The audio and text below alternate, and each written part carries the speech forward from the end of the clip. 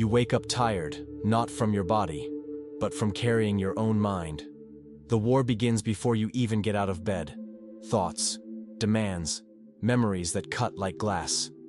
Each reflection in the mirror shows not just your face, but all the wounds that still bleed inside. There's a type of person who feels the world in deeper layers, who perceives the pain behind smiles, who hears the silence between words.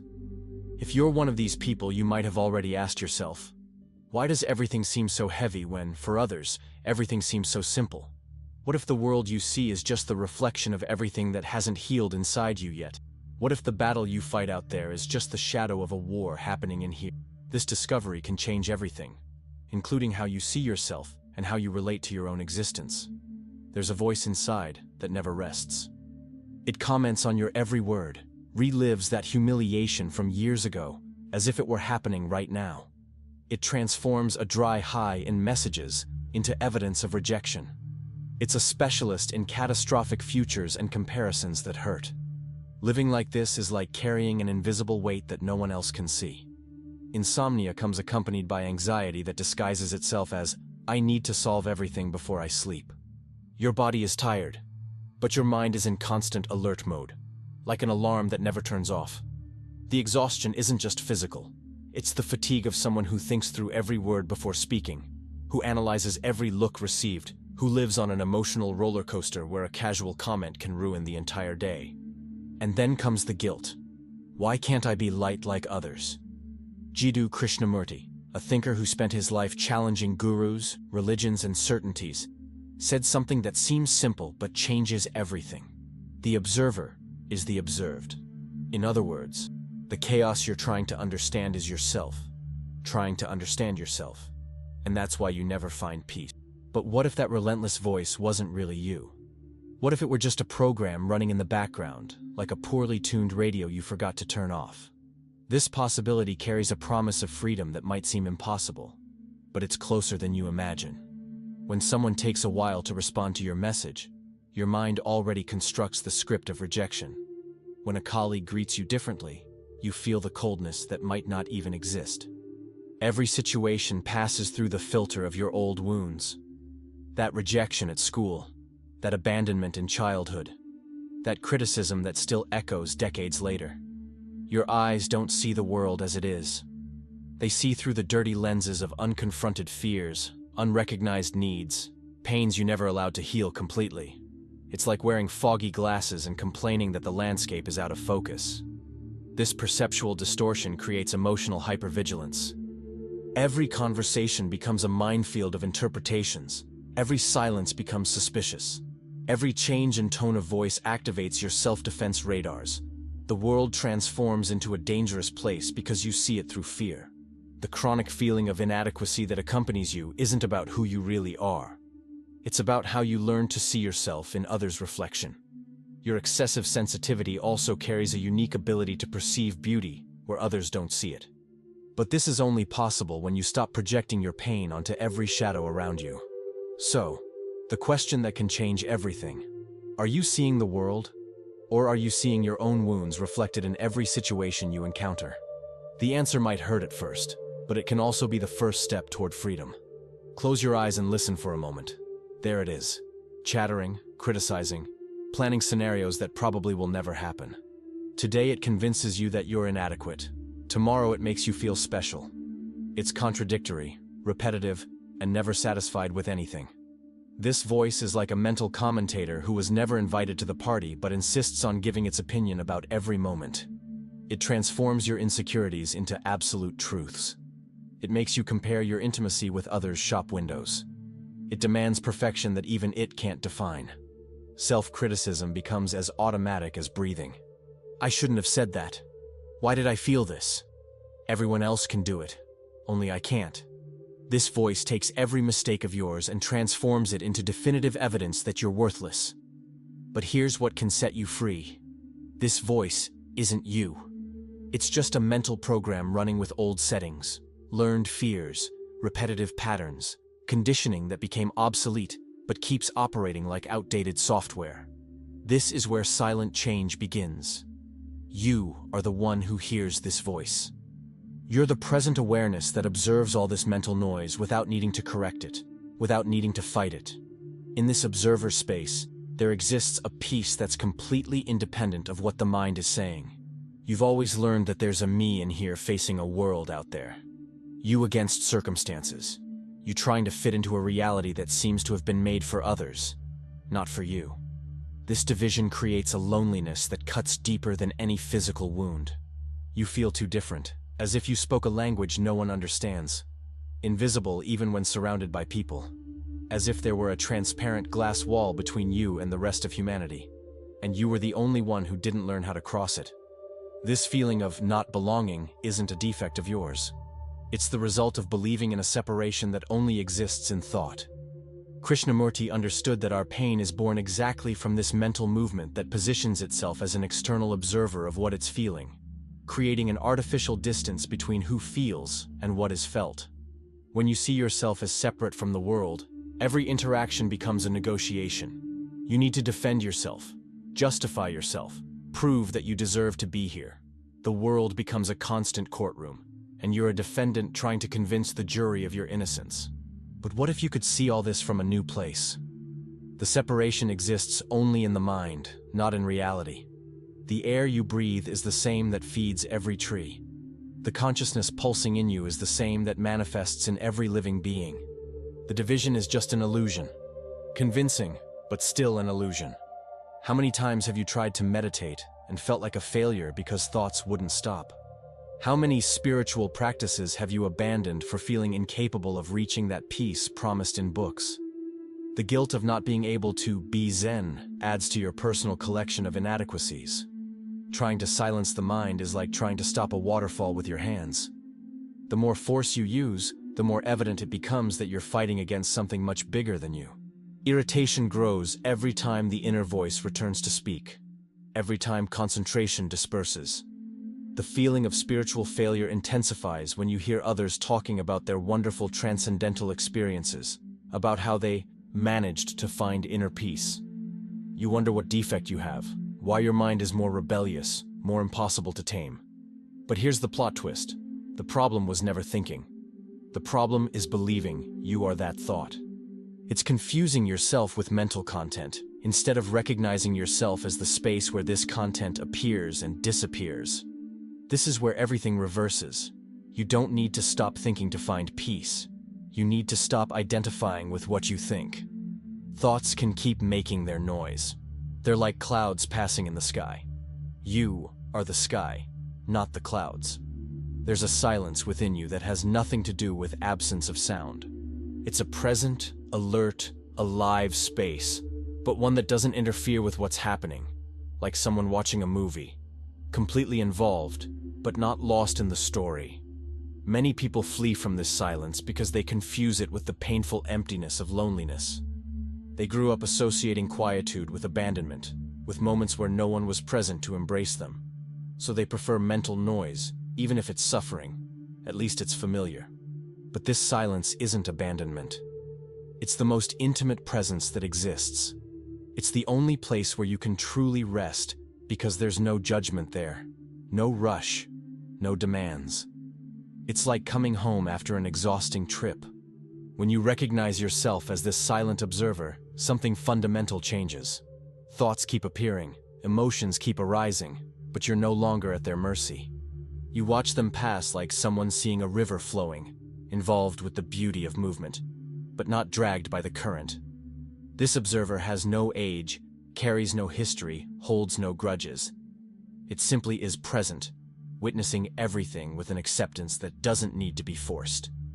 In it, you finally find the peace you always looked for in the wrong places. Imagine a movie screen. The film constantly changes. Drama, suspense, romance. But the screen remains untouched, allowing all these stories to manifest without being affected by any of them. You are this screen, not the movie that's playing. You spend your life reinventing yourself, trying to fit into different molds and identities. I'm anxious. I'm inadequate. I'm different. I'm a failure. But these are just temporary stories appearing in the eternal space that you really are. This constant need to redefine yourself to fit in comes from not realizing that you're already complete as conscious space. You don't need to add anything to yourself. You don't need to become someone different. You just need to stop confusing yourself with the passing content that appears in your consciousness. Thoughts come and go like waves in the ocean. Emotions arise and dissolve like foam on the beach. Experiences succeed each other like seasons of the year. But the ocean remains, vast, deep, unshakable. Even when there's a storm on the surface, in the depths reigns absolute calm. When you recognize yourself as this space, life becomes more fluid. You can feel sadness without being a sad person. You can experience fear without defining yourself as fearful. You can fully live each experience without getting lost in it, like an actor who surrenders to the character but doesn't forget who they really are. Close your eyes and go back to your childhood. Remember not the external circumstances, but that intimate sensation of being you. That consciousness that observed everything through your child's eyes. Now compare it with what you feel at this moment. There's something that has remained exactly the same, isn't there? Your body has completely transformed. Your beliefs have evolved. Your experiences have accumulated like layers of sediment. You've gone through joys that elevated you, and sorrows that shattered you. But there's something in you that witnessed all of this without ever being touched by the changes. This something is the eternal observer, the pure consciousness that was present in the child you were, and continues present in the adult you are. It watched all your phases, all your dramas, all your discoveries, but remained unchanged like the very act of being conscious. When you feel you've lost yourself, that you don't know who you are anymore, that your identity is in crisis, it's because you're looking for yourself in the wrong place, in the changeable content of the mind, but you were never there. You've always been the silent observer who witnesses all this movement. This observer was never hurt because it can't be touched by experiences. It simply sees them appear and disappear in its infinite space. In it, there's no past time, no painful personal history, no trauma, just pure presence, untouched and untouchable. Have you noticed how trying to control your thoughts and emotions usually makes everything worse? The more you try not to get irritated, the more irritated you become. The more you force calm, the more agitated you become. It's like trying to fall asleep forcefully. The very effort sabotages the result. True freedom isn't being able to do what you want or control your reactions. It's not being compulsively dragged by mental and emotional impulses that arise. It's being able to observe them with clarity, without identifying, without being forced to act automatically from them. The guilt over your exaggerated reactions, over losing control, over being emotionally unstable, comes from not understanding a fundamental distinction. You're not responsible for what arises in your consciousness. You're only responsible for how you relate to what arises.